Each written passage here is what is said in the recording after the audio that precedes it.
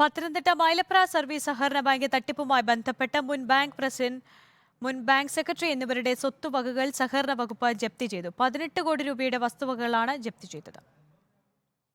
Mylapra service സഹകരണ bank മുൻ president Jerry Oommen, മുൻ സെക്രട്ടറി ജോഷുവ മാത്യു എന്നിവരുടെ 18 കോടി രൂപയുടെ വസ്തുവകകളാണ് സഹകരണ വകുപ്പ് ജപ്തി ചെയ്തത്. ഇരുവരും ബന്ധുക്കളും ചേർന്ന് അനധികൃതമായി കോടികൾ സഹകരണ ബാങ്കിൽ നിന്നും വായ്പ എടുത്തതായി സഹകരണ വകുപ്പിന്റെ അന്വേഷണത്തിൽ കണ്ടെത്തിയിരുന്നു.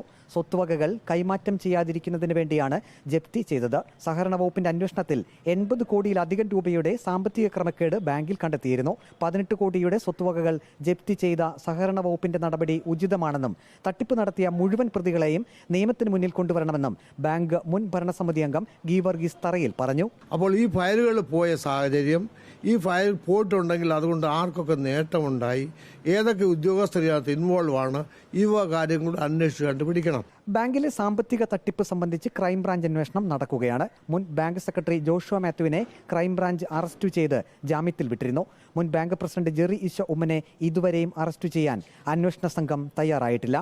റിപ്പോർട്ടർ, പത്തനംതിട്ട.